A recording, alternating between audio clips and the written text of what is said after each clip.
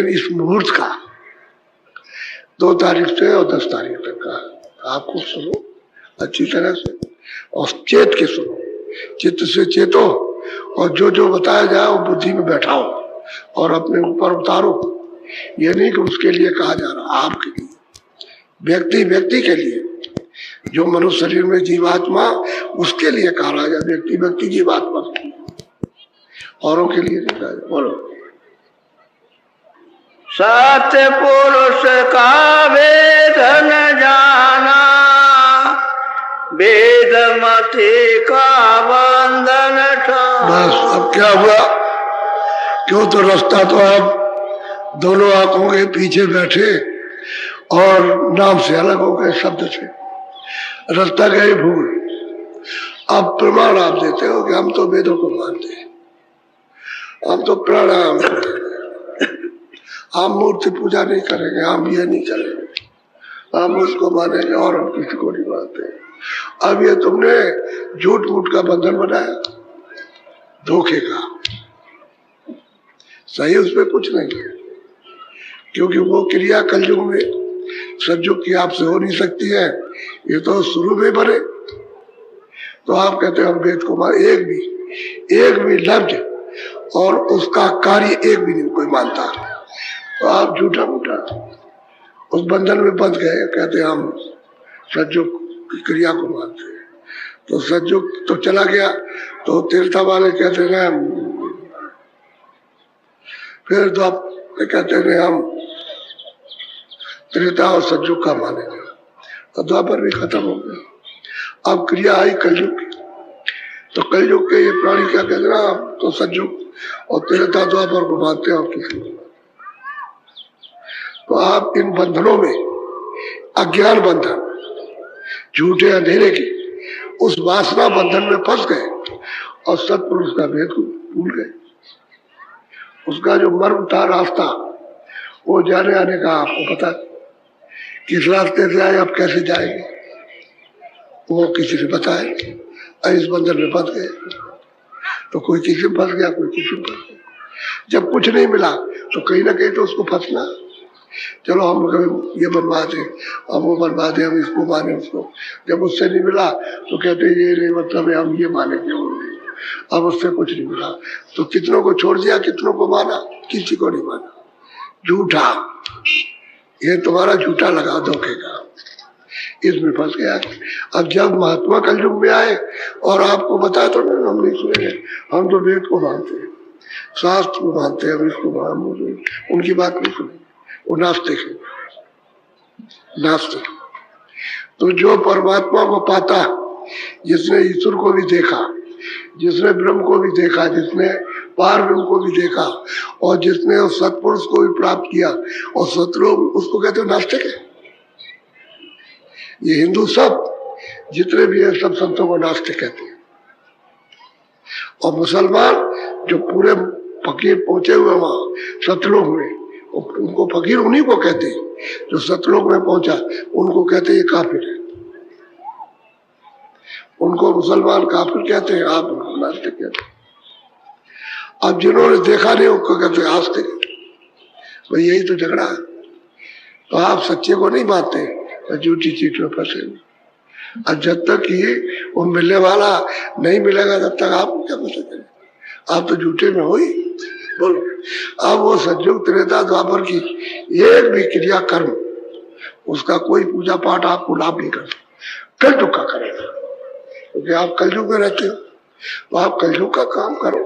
तो कलयुग में कहते हैं गोस्वामी महाराज कहते हैं कि कलयुग जोग न जग न जाना, न कोई जोग है, न कोई जग है, न कोई पूजा, न कोई पाठ, न कोई तीरथ है, न कोई व्रत है, किसी का व्रत नहीं। कलयुग केवल नाम आधारा, नाम को घाट पर आ रहा उसको पकड़ लो और चलो पार उतर चलो, पकड़ के चढ़ चलो, नाम से पार उतर जाओ। और किसी पूजा पाठ से, किसी ध्यान धारणा से, किसी किताब के मानने से, आप स्नान करने से नहीं जा सकते। इधर नाम, यहाँ आकर के बैठ जाओ और नाम को पकड़ो। नाम कहते आवाज, सब बाजा वेदवाणी, ब्रह्मवाणी, आसमानी आवाज, कलमा आए थे जो खुदा के मुख से निकल रही है। जो परमात्मा बोल रहा उसको देववाणी कहते, आकाशवाणी, ब्रह्मवाणी। उसको पकड़ो तब तुम चढ़ चलोगे जिस रास्ते से आए वहां पर। तो जिस जिस रास्ते से आए और जहां जहां जिसने रोका और फिर उतारा वो सब मिलेंगे। सच्चे पुजारी तो ईश्वर के, ब्रह्म के और पार ब्रह्म के वो महापुरुष होते हैं। ये कहा जाने पूजा करना, ये क्या मानेंगे? वो तो देखा हुआ, वो तो देखते हैं। तुम्हारे रामायण में लिखते हैं कि मैंने आंख बंद की, वही तुलसीदास जी महाराज जो राजापुर में यहाँ बांधे जिले जमुना जी किनारे पैदा हुए थे। वो कहते हैं मैंने अपनी आंख बंद की और आंख हमारी तीसरी खुली तो मैंने देखा हुआ कि गुरु के चरण कमल है। मैंने जब उनको देखा और आगे चले तो कहते हैं कि तमाम घनघोर आवाजें आने लगी और जब मैंने उस आवाज को पकड़ा तो ऊपर चढ़ गए मोह लोग। मैंने राम को देखा, उन्होंने हमको देखा, मुझे देख करके कहते प्रसन्न हुए, हंस पड़े, हंस पड़े, हंस दिए। उस स्थान पर बैठे कि ये कैसे आ गया, ये आया कैसे, ये हंस पड़े, बहुत प्रसन्न हुए। तो उन्होंने मुंह खोल दिया, वो इस पार से उस पार चले गए। उधर उधर का मतलब पेट नहीं है वहां कि ऐसा मनुष्य उसमें पेट है, उधर में नहीं, इस पेट में नहीं गए कि पेट चले उधर। उधर कहते हैं मध्य में खड़े हुए, उधर बाहर जाके मैदान में, मैदान कहते तो वहां से सब रचना देखते, ये मृतलोक की रचना, स्वर्गलोक की, बैकुंठ लोक की, वो सब महाराज को देखते, वहां खड़े होकर के सब देखते। और फिर क्या कहते हैं, जो ऊपर देखा तो बहु ब्रह्मांड दिखाया, बड़े बड़े ब्रह्मांड ऊपर में यही से खड़े होकर देख रहा हूं। तो उन्होंने जो देखा और तुलसीदास जी को काशी के लोग उन्होंने सब ने कहा ये सब नास्तिक है।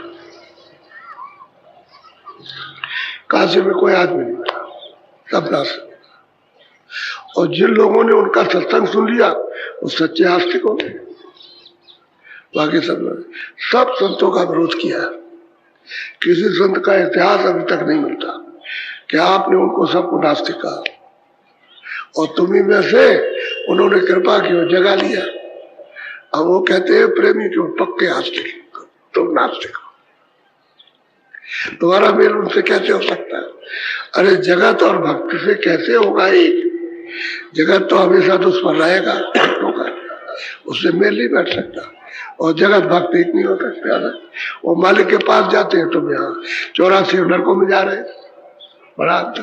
बोलो संत मताई न से रहे दूरी, यह क्यों जाने वह पद मूल। कहते हैं जो मूल पद है संत मत, यानी मत कहते हैं रास्ते, यानी संत मत कहते हैं कि भेद को, कि जिस रास्ते से उतारे गए उसी रास्ते से जाते हैं, वो है संत मत रास्ता। कोई मत जमात नहीं है 100-200 से 1000 लाख आदमियों की। कहते हैं जो मूल पद है जहां से सब लोग आए, तो ये जब इसमें फंस गए आकर के, वो क्या जानते, वो क्या समझे उसको, वो नहीं जानते। तो इसमें फंस गया अंधेरे में, अब अंधेरे में टटोल रहे तो क्या मिलेगा? वापस घर जाने आने वाले वो मिल जाए और उनका सत्संग मिल जाए, मिल जाए और सत्संग उनका मिलना चाहिए। अगर मिल भी जाए, देख भी लो, तो आप उनको नहीं पहचान सकते हो। जब उनका सत्संग होगा तो तब रास्ता मिलेगा, बगैर सत्संग के रास्ता नहीं मिलेगा। कहते वो मिल जाए, उनका सत्संग मिल जाए तो बाद में रास्ता मिलेगा, तब तुम रास्ते में तब जाओगे घर, ऐसे नहीं पहुंच सकते। संत मिले तब, और वो संत जो वहां से मूल, जो जहां से आए हो, मूल स्थान असली जो है, उस सत्य देश जो अचल है, अस्थाई है, अचल जिसका कभी नाश नहीं होता, वहां के रहने वाले मिले इसी जगत में। वहां कहा जा सकते हो ऐसे, यहां मिले और वह आते हो जाते हो, वो मिल जाए, सत्संग उनका मिल जाए तो रास्ता मिले, तो उनकी कृपा हो दया होगी और मदद मिलेगी। बोलो सत्य नाम धुन अब कम खोली, बीन बांसुरी धुन कहते भाई मैं उस मूल घर की मैं भेद की बात खोलता हूँ कि वहां तो कहते वो जो सतनाम की धुन है वो बीन बांसुरी बज रही है समूचे देश में। ये उनकी बोली है, बाणी, आवाज है। और सारे के सारे उस अथाह सागर में ये सब आवाज हो रही है, यही धुन हो रही है। तो संतों ने आकर के खोला और जीवों को आके बताया कि तुम चलो चलो, जिन जिन को बताएंगे उनकी सबकी बोली सुनना, चढ़ते चलो, बताते चलेंगे, मदद करते चलेंगे। तो सुरते जाके रास्ता ले लिया और चल पड़ी रास्ता, उनसे प्रेम करने लगी, उनसे प्रेम करने लगे और उनकी बात को मानने लगे, वो भक्ति होने लगी, आज्ञा का पालन होने लगा। अब वो ले चले। इसी में तो सफाई हो जाती है, इसी में पाप और पुण्य साफ हो जाते हैं। दया कर देते हैं पाप पुण्य घाट पर, साफ को जला जुलू के खत्म। क्योंकि नाम तो तेज अग्नि है, उस आग के बराबर क्या चीज है, ये आग क्या है, कुछ नहीं। वो तो कोई भी चीज है, वो अग्नि ऐसी है, योग रूपी अग्नि, कि सबको भस्म कर दे, कुछ नहीं रहता। नाम प्रकट होना चाहिए। तो घाट पे जब नाम प्रकट हो जाएगा तो पूरा का पूरा जला डालेंगे, एक भी पुण्य नहीं रहने देंगे, न पाप रहने देंगे, तब ये जीव निर्मल होगा। तब आवाज सुनता है, जब इसका घाट साफ होने लगता तो आवाज आने लगती है, क्योंकि आवाज तो सामने हो रही, आवाज दूर नहीं है। जब सब सफाई हो जाएगी और पूरा कान खुल गया तो आवाज तो तुम्हारे घाटी पर हो रही, उसी को छोड़ दिया है और तुम समझते हो बहुत दूर होगी।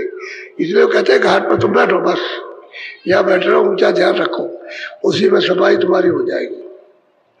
कहते हैं भाई मैं तुमको भेद उस सत्पुरुष का सतनाम का खोल के बताता हूँ कि वहां बीन बांसुरी बज रही है अखंड, कभी बंद नहीं होती, ना किसी युग में बंद हुई ना बोलो। काल नगर जान हद बाजा, बाई दिशा यह धुन उन कहते हैं कि काल नगर में अनहद बाजा बजता है। अब अनहद बाजा तो यही बज रहा, इसको जब सुनोगे, कान खुलेंगे, आंख खुलेगी तो अनहद बाजा बज रहा, प्रकाश मिलेगा तो आपको बाजा सुनाई देगा, और आवाज मिलेगी तो आप प्रकाश आने लगेगा। एक दूसरे से दोनों मिलते हैं, शब्द में से प्रकाश आता है, लेकिन उसका संबंध उसी शब्द से है। तो प्रकाश में जाओगे तो शब्द सुनाई देने लगे। तो ये घाट पर बैठोगे तो अनहद बाजे पहले सुनाई देते, वो तो शब्द समझ में नहीं आएगा, तो पहले इन्हीं को सुन लो, इन्हीं से ये साफ कर डालो। इनकी आवाज सुनने को मिलेगी, जो अनहद बाजा है वो साफ सफाई हो जाएगी, इन्हीं आवाजों से गंदगी साफ होती है। और फिर इसी अनहद बाजे में से स्थान की आवाज को तुम उसी में से गौर से सुनो तो घंटा शंख बज रहा, घनाघन बज रहा, बहुत जोर से, और तीनों लोकों में बज रहा, यहाँ भी बज रहा, स्वर्ग वैकुंठ में भी बज रहा, और सूक्ष्म लोक है वहां भी बज रहा है, ये तीनों लोकों में। अब यह है कि तुमको भेज नहीं मालूम, तुम्हारे कान आंख तुम्हारी बंद हो गई और अंतःकरण गंदा हो गया, मन बुद्धि चित्त गंदे, इसलिए नहीं सुन पा रहे। साफ हो जाए तो सबको सुनाई दे। अभी बैठ के सुनते तो है, इनमें बहुत से घंटे और शंख की आवाज सुनते, इसी में बैठे हुए। ये ऐसे थोड़ी आ गए, जब कुछ मिलेगा तब आएंगे, ऐसे थोड़ी आ जाते हैं। अरे कुछ मिलता है, अमूलक चीज मिलती है तब। यहाँ तो रूखा विषय, इसमें कुछ नहीं रखा, निरस है, और वो रसदायक बनाया जाता है कि असली रस तुमको मिल जाए। तो अनहद बाजा और शुरू में ही मिलेगा, करा घोर, तो उसमें तमाम तरह के बाजे, बेशुमार आवाजें, तरह तरह की। मुसलमान फकीरों ने सुना, हिंदुओं ने उनको सुना, जैनियों ने उसको सुना, बेशुमार आवाजें, बाजे बज रहे हैं। अच्छा, दूर होने के कारण बाजे अनहद बज रहे थे, पास पहुंचो तो बाड़ियां हो रही, सब समझ में आती है कि क्या बोल रहे हैं। और दूर होने से पर्दा जब तक है तब तक समझ में नहीं आता, आप दूर खड़े हो बोलो तो बीच में पर्दा है तो आवाज आपकी नहीं आ रही, सुनाई नहीं देना, और पास पहुंच जाओ तो आवाज सुनाई देगी। यहाँ तो दूसरी आवाज सुनाई देगी कि कोई बोल रहा ये नहीं, पता नहीं क्या कह रहा। ऐसे ही अनहद बाजे बज रहे बाजे, लेकिन पास में जाओगे तो वाणी का उच्चारण हो रहा, सब देववाणी बोल रहे, आकाश बाणी ब्रह्मवाणी क्या ना सब बोल। तो कहते हैं कि अनहद बाजा तुम्हारे घाट पर बज रहा है, बोलो। संतन की धुनई न से न्यारी, पावेगा कोई चढ़ पद। अब वो कहते हैं कि संतों की जो धुन है ऊपर ले जाने की वजह से आ रही है। तो आपको स्थान स्थान का जब परिचय कराएंगे और धुन को सुनाएंगे तब तो आप चढ़ के चलोगे। तो उन्होंने पौड़ी बना रखी, पौड़ी कहते सीढ़ी को। जब घंटे और शंख की आवाज को पकड़ो तो सहदल का पद पहुंचो, तो 3 लोग का दर्शन हो जाए। और वहां से आवाज आ रही है वहां तक, वो ब्रह्म की, बादलों की गरज और मृदंग बज रहा। और जब बाजे बजते तो घाट पर सुनाई देता है, यही घाट पर खूब बाजे बजते, अखंड सोते रहो तभी बजेंगे, और जागते हो सोते सोते उसी में चले जाओ, सुनते सुनते उसी घाट पर बज रहे। जब वहां पहुंचोगे तो ब्रह्म का साक्षात्कार, ऊपर से पारब्रह्म की आवाज आ रही, जब उसको पकड़ोगे और जाओगे तो वहां से जहां से वो बाजा बजा रहा वही पहुंचोगे तो उनका साक्षात्कार हो जाएगा। तो कहते हैं कि वह सत्य देश में जहां बीन बांसुरी हो ऐसे नहीं, वो जो संत ले जाएंगे वो कोई कोई ये चढ़ेगा इन स्थानों पर मुकाम मुकाम पर और चढ़ के जाएगा वो पाएगा। और बीच में अनहद बाजे सुनते रहे तो नहीं जा सकते, वहां नहीं पहुंचो। इसलिए पूरा भेद इसलिए बताया जाता है कि उसको पकड़ ले, चाट ले और चढ़ चले। और तुम इधर लगाव रखते हो तो तुमको सुनाई भी देता और दिखाई भी देता, फिर भाग जाता मन, तो फिर पर्दा पड़ जाता। वहां से पर्दा इकट्ठा कर लिया, कर सामने पर्दा आ गया तो कहते हो हमारा बंद हो गया, अब देख नहीं रहे सुन नहीं रहे। अरे भाई उधर से मन थोड़ा हटाए रहो तो तुम्हारे ऊपर पर्दा जमा हो, और फिर जब हटाया इधर लगाया तो फिर दिखाई देने लगा, सुनाई देने लगा। उसको परखना चाहिए कि हमारा मन उखड़ गया तो गलीज ले आया गंदगी और सामने आ गई, उसकी वजह से देखना सुनना कम हो गया। क्यों ले आते उधर से? अरे उतना ही सीमित भगाओ जितना शरीर का पोषण हो। दफ्तर में जाओ काम करो, क्यों किसी के जमीले में पड़ते? जो काम है कागज पर उसको करो।